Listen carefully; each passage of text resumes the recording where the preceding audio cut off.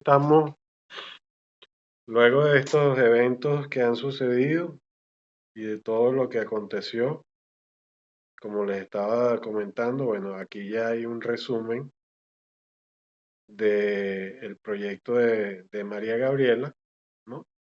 Desarrollado en todos sus niveles, pues, ¿no? Desde la primera planta A001 que ella coloca ahí, torre de oficina, ¿no?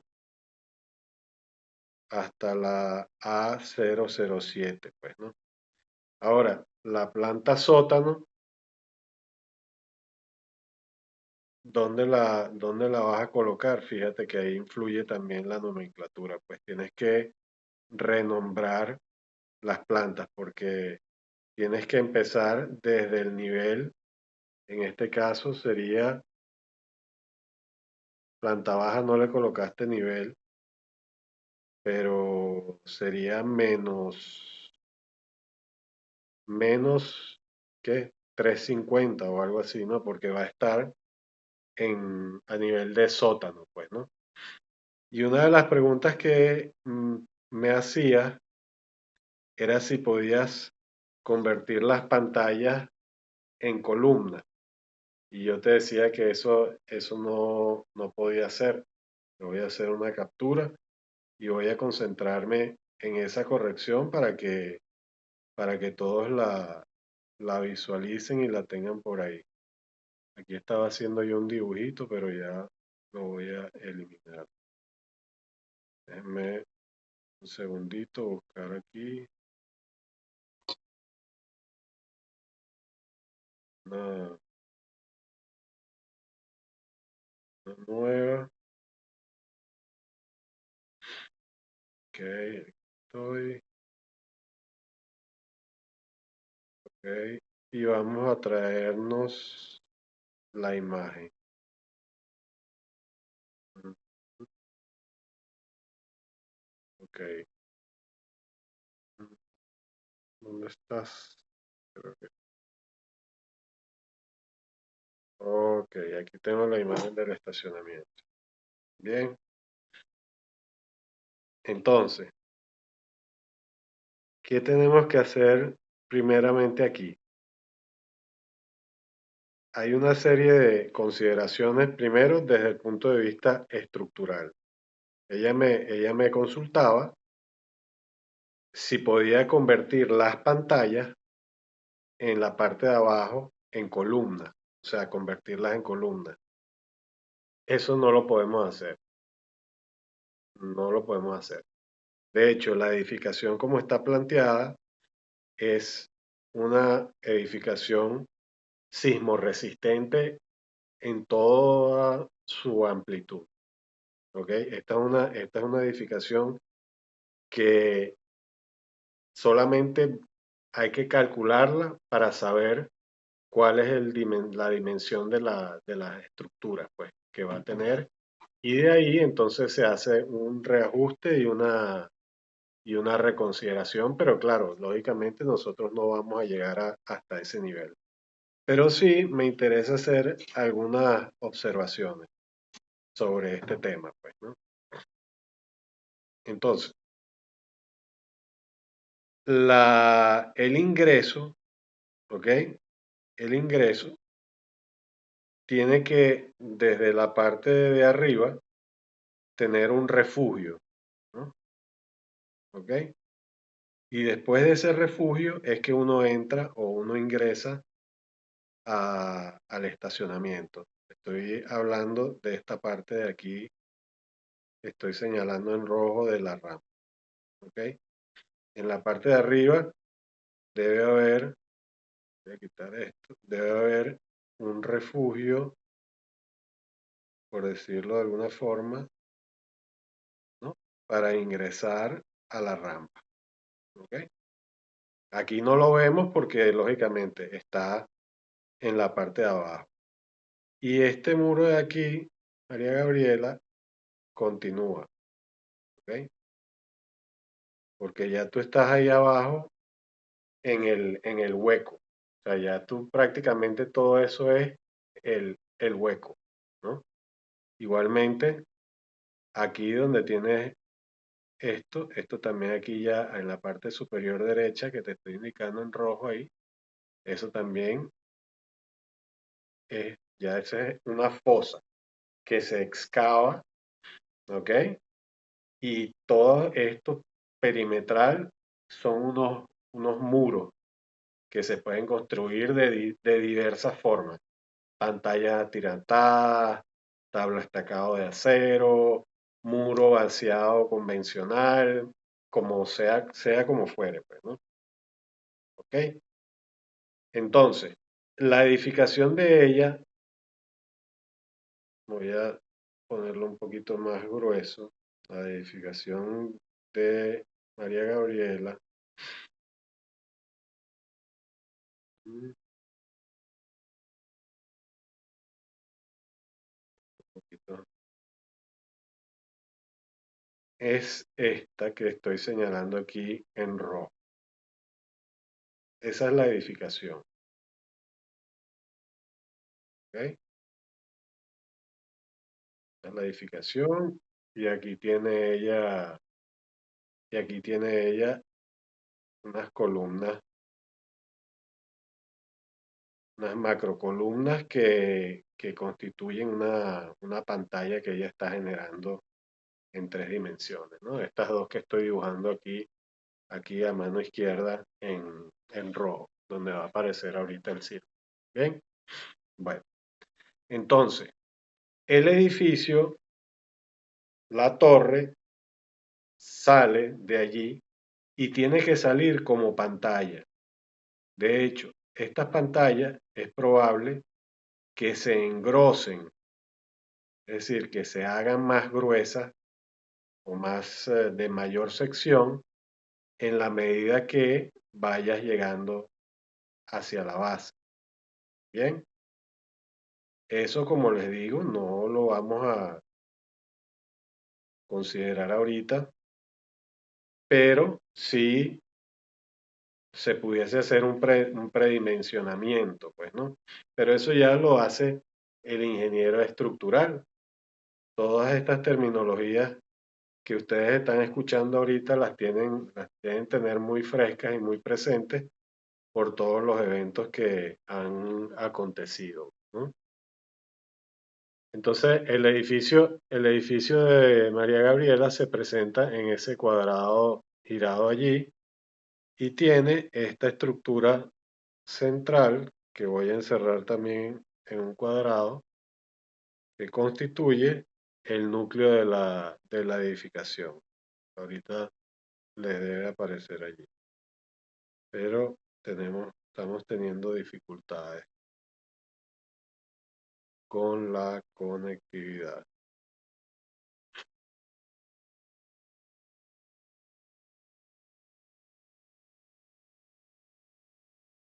Ok.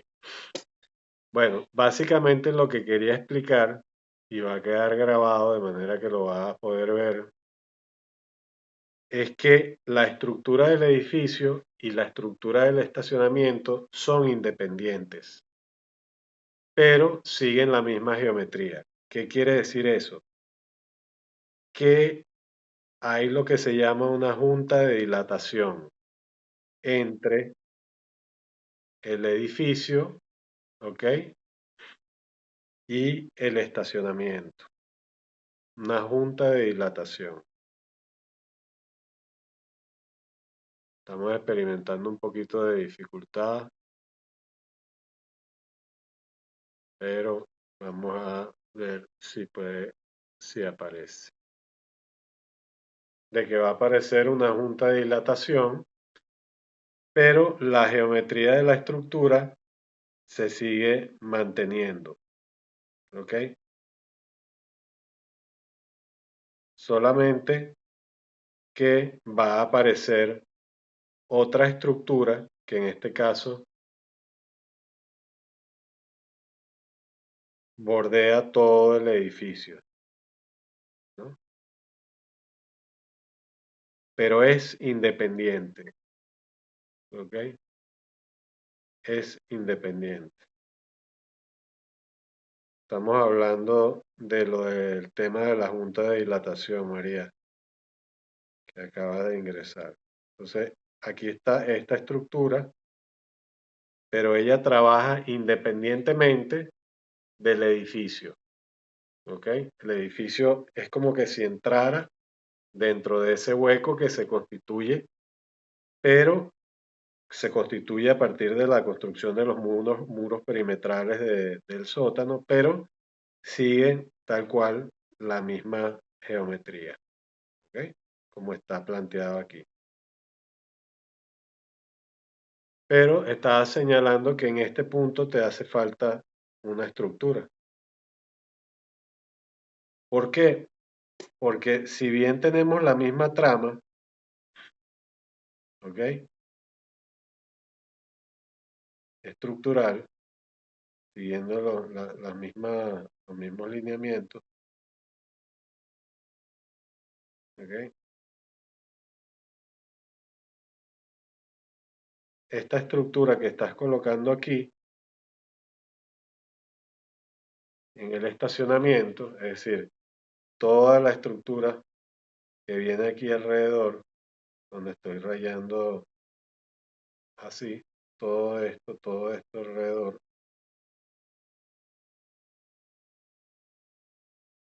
trabaja de forma independiente de lo que es la edificación y ese núcleo. Y esa estructura sostiene la parte de arriba, que es el piso, si bien a nivel o de repente está un poco más elevado de la calle, de lo que es la gran plaza de la edificación. Por eso es que tú estás colocando aquí esta escalera en el extremo superior derecha de esta que está aquí en la esquina, que ahora se va a aproximar, ¿ok? La estás colocando para subir hacia esa plaza. Entonces, ¿qué sucede? Que el estacionamiento cumple una doble función. La función de ingresar al edificio, vamos a eliminar todas estas rayas, ¿ok? Ya se van a ir eliminando,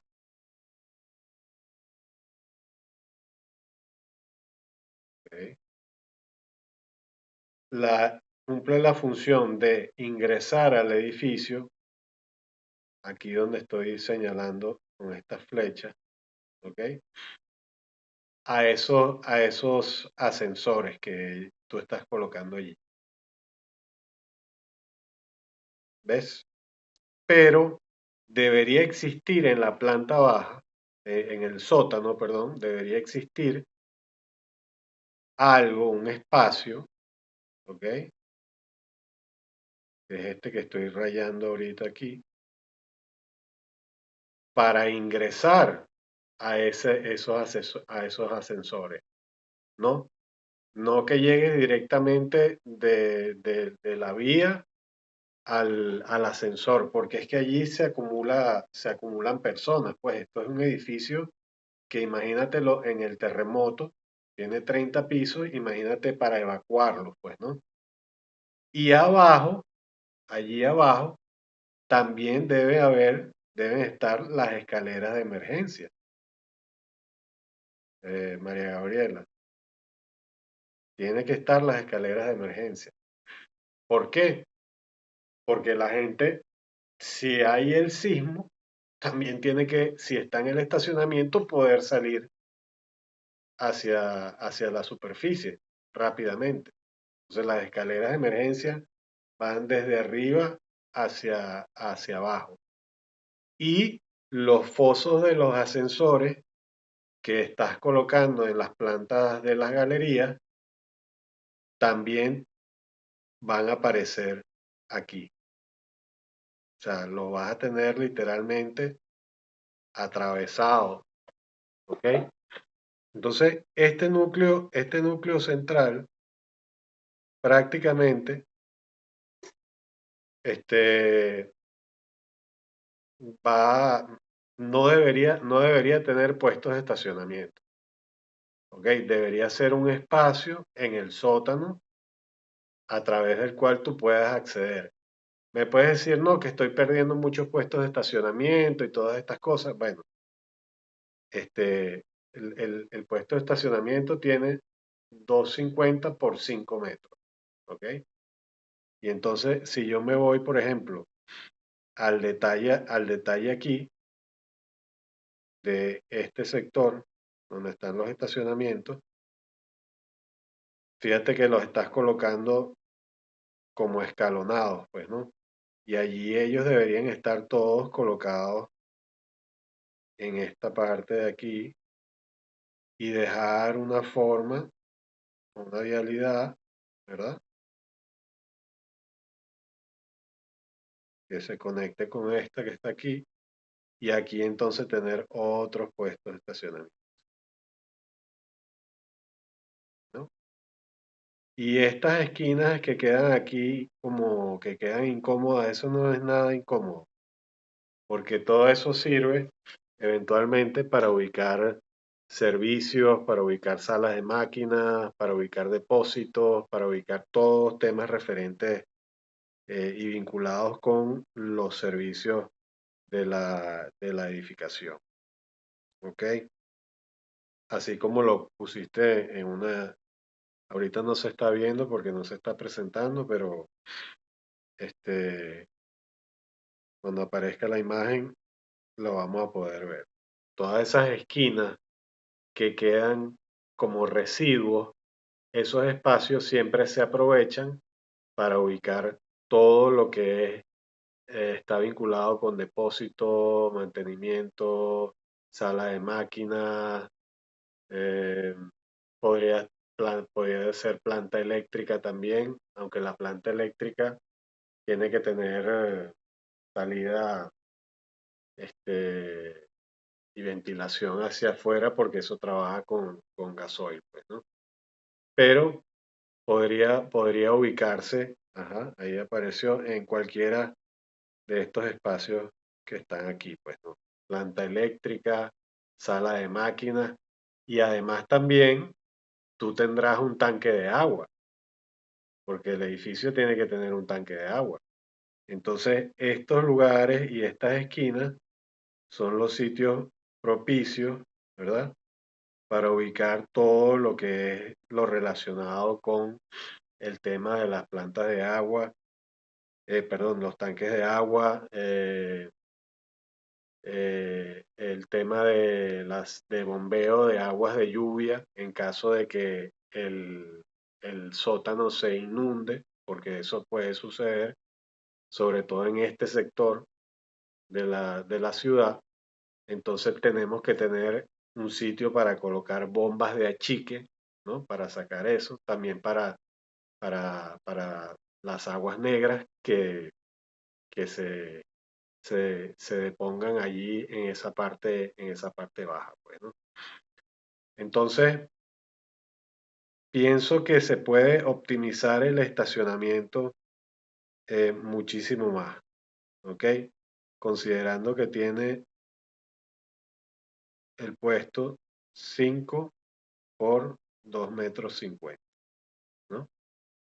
Entonces hay que dibujarlo igualmente con la misma geometría de la estructura. Hay que hacer una retícula, ¿no? Esto es como un método, pues, que te estoy dando, que les estoy dando para que lo vean. Hacen una retícula a todo lo largo del estacionamiento planteado con la estructura, con todo esto, de 250, de 5 por 250, ¿no? Con todas estas vialidades planteadas, ¿vale? ¿Ok? Y entonces allí resolvemos la mayor cantidad de estacionamientos posibles con la menor cantidad de vialidad posible, para que lógicamente tengamos más puestos de estacionamiento, porque la cantidad de plantas y de edificios, el porcentaje de construcción determina la cantidad de puestos de estacionamiento que debes tener. ¿Ok?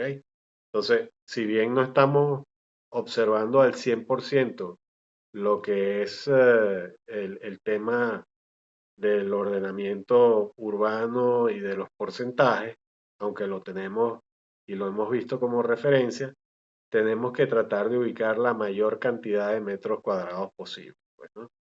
En este caso, en las ordenanzas está establecido por metro cuadrado de oficina cuántos puestos de estacionamiento necesitas por metro cuadrado de comercio. Por lo general, por cada 60 metros cuadrados de comercio necesitas un puesto de estacionamiento.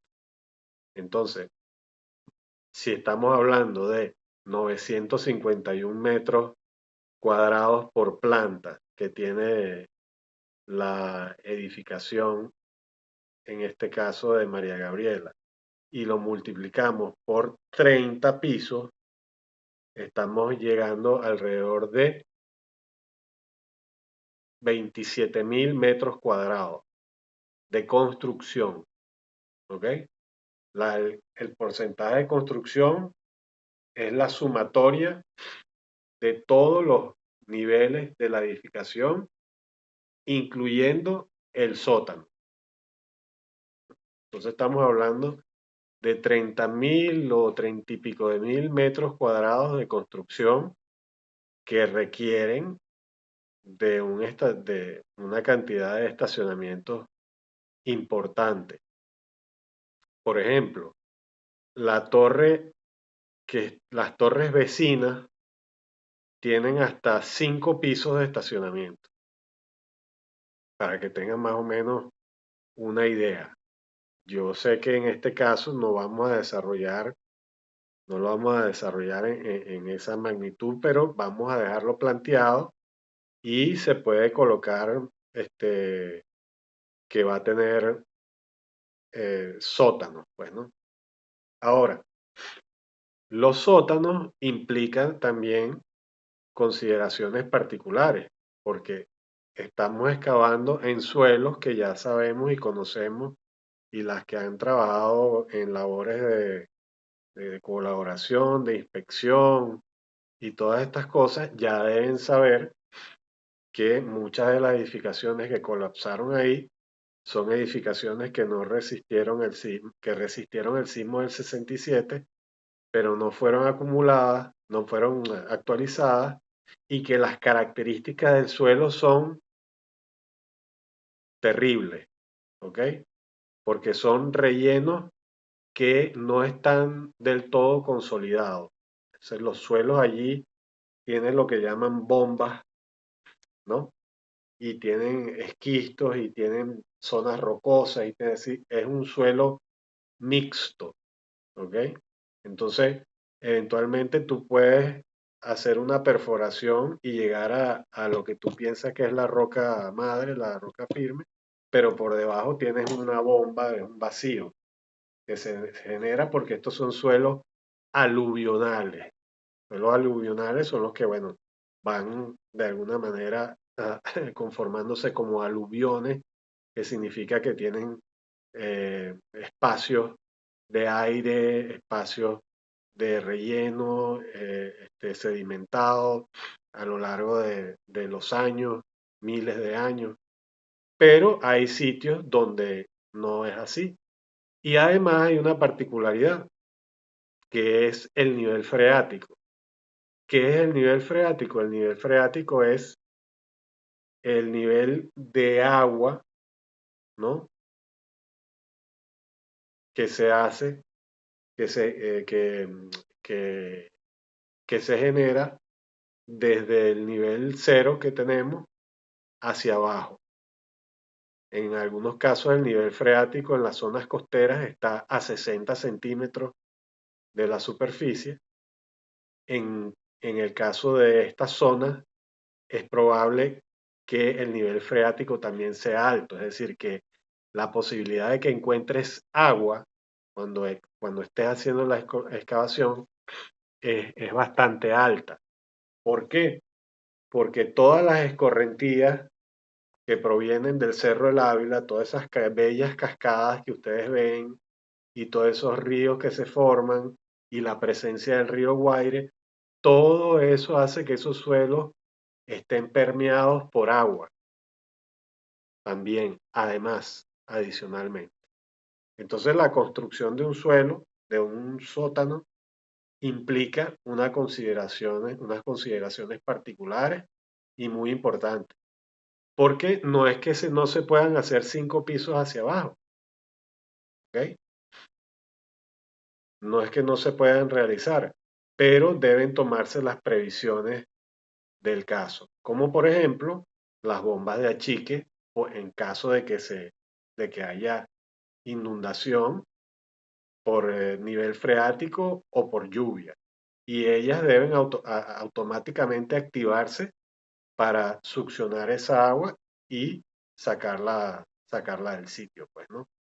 Entonces es un sistema de bombeo que va a estar constantemente en actividad. Entonces, si ustedes se fijan en las diversas torres que tienen alrededor, muchas de ellas están elevadas y tienen más bien los pisos de estacionamiento hacia arriba, ¿ok? Y algunos pocos hacia abajo. Sucede en el centro Coinaza, sucede en el edificio que tenemos justo enfrente, el edificio que era de Corbanca, que ahorita siempre se me olvida el nombre, tiene por detrás un edificio de estacionamiento, es decir, no tiene estacionamiento subterráneo, tiene una torre adicional, anexa, de estacionamiento, ¿ok? Pero en este caso, como no tenemos el espacio, entonces tenemos que jugar con la posibilidad de desarrollar quizás 1 o 2 niveles hacia arriba y 3 niveles hacia abajo, pues, ¿no? Eso, eso es variable, y tiene formas de ser resuelto, ¿ok? Entonces, básicamente, al establecer la retícula de la dimensión que tiene el puesto de estacionamiento, bueno, tú vas entonces definiendo, ok, si tengo zona de vialidad aquí alrededor de todo el edificio, que es lo más lógico, ¿no? Lo que estoy rayando ahorita aquí alrededor. Todo esto se lo estoy explicando de forma teórico gráfica, por decirlo de alguna manera, ¿no? Porque ¿qué sucede aquí, por ejemplo? En este punto donde estoy trazando ese círculo ahí que está apareciendo. Bueno, que tienes la rampa que baja, esa rampa baja, y tienes aquí una vía, ¿no? Entonces aquí choca, porque la rampa va subiendo y tú estás por debajo.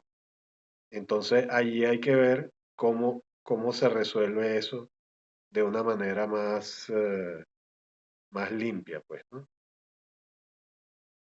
Correcto. Puede ser teniendo la rampa y teniendo una vialidad interna, ¿ok? Que sea paralela, ¿no? Sea más bien paralela a la otra y siga por acá y salga por aquí. De resto todo, es decir, a mí me parece que todo está bien planteado, pero pienso que podría sacársele más provecho a la, al, al espacio de estacionamiento, ¿ok? Sobre todo por el tema de la norma y porque el promotor siempre va a querer meter más puestos de estacionamiento lo más posible, lo más que pueda, porque además el puesto de estacionamiento no solo lo paga el dueño de la oficina, sino si es que tiene un puesto, sino que además eso se cobra.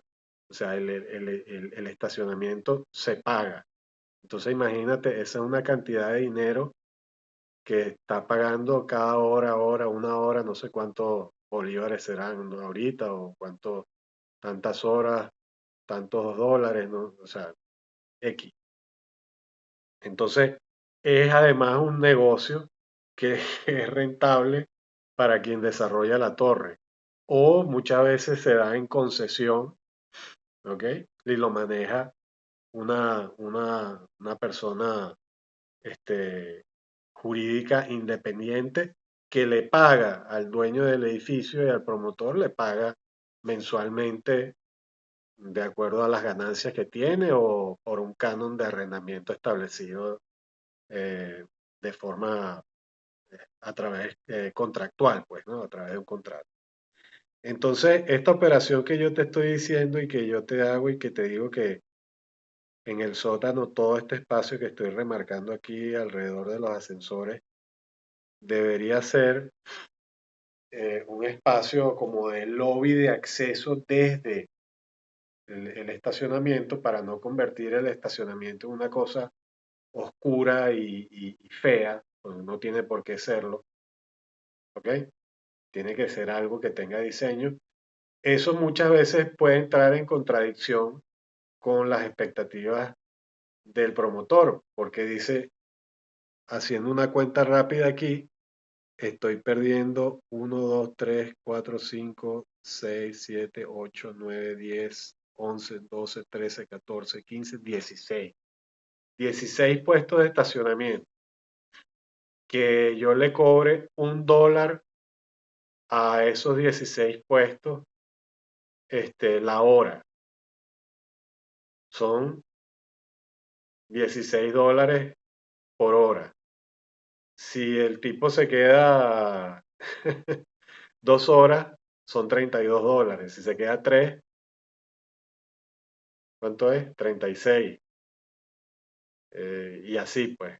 No, 16, 32, 48 y así.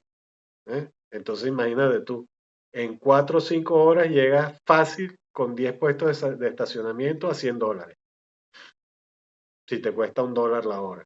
O sea, fíjense todo el pensamiento que está detrás de este tema y que nosotros lo estamos tocando ya a nivel de prácticamente de la fase final. Pero todas estas consideraciones las tenemos que tener establecidas desde el inicio del proyecto. Y como arquitectos tenemos que ser lo suficientemente inteligentes y perspicaces como para resolver efectivamente todos estos temas técnicos, ¿ok? Y compensar las aspiraciones económicas del promotor. Pero no te puedes dejar pisar por esas aspiraciones porque si no entonces te va a matar la arquitectura, ¿ok? Te la mata. Te mata la arquitectura y tú no tienes la forma de responder a ello. Porque solamente el hecho de que la parte de arriba de este estacionamiento vaya a ser una plaza libre, el promotor te va a decir, estás loco. ¿Cómo que libre? O sea, voy a perder, para el promotor significa perder todo ese espacio. Para la arquitectura es ganar el espacio para generar un entorno urbano que se fusione con la Plaza de la Castellana o Isabel la Católica, que es el nombre realmente de la plaza, y pues que sea un sitio para la ciudadanía. Eso el promotor no lo entiende. ¿Qué va a hacer él? Te va a lanzar una reja perimetral completa y él va a cerrar ahí su plaza y nadie entra a esa plaza. Entonces allí es donde comienzan las negociaciones que tienen que ver con la alcaldía. Y es por eso que la alcaldía tiene un rol fundamental en todo lo que es el desarrollo de la infraestructura de las edificaciones. Porque la alcaldía también le solicita al promotor un 40% de espacio destinado al público, ¿ok? Entonces ahí entonces empieza el otro tema de negociación con la alcaldía. Y ahora tenemos el añadido, y no es que eso es ahora, sino que eso siempre ha sido así, del tema de la sismoresistencia, ¿ok?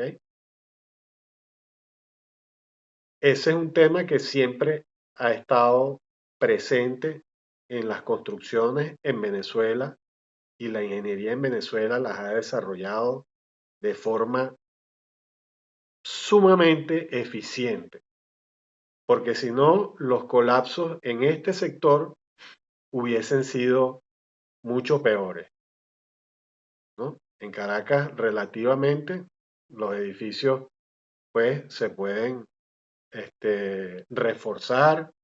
Los que se cayeron pues no obedecieron la normativa posterior al terremoto del 67, porque en el 80 hubo otro, después en el 88, después en el 90, después vino el deslave. O sea, son todos eventos que se van registrando en la norma y el ingeniero estructural es el responsable de cumplir con esa norma. Pero tú como arquitecto eres responsable, si eres el coordinador del proyecto, tienes la responsabilidad, además,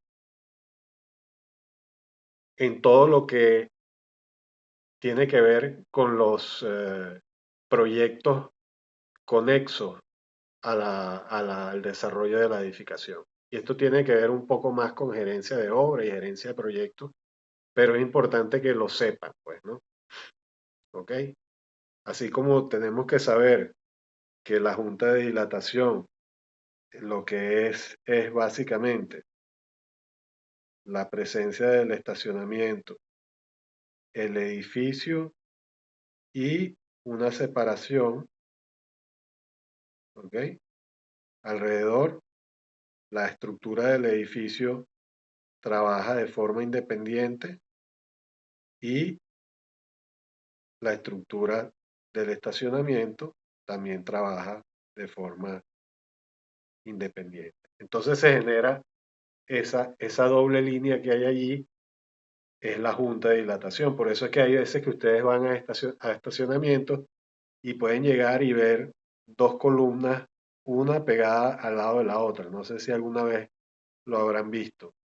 Eso pasa mucho en el centro comercial Paseo Las Mercedes. Eso sucede mucho. ¿Por qué? Porque Paseo Las Mercedes está hacia, digamos que hacia la parte de la calle y el estacionamiento queda por detrás.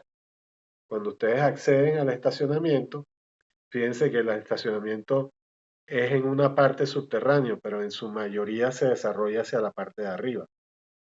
Y particularmente en ese estacionamiento en Paseo Las Mercedes se evidencia la presencia de esas columnas, una pegada al lado de la otra.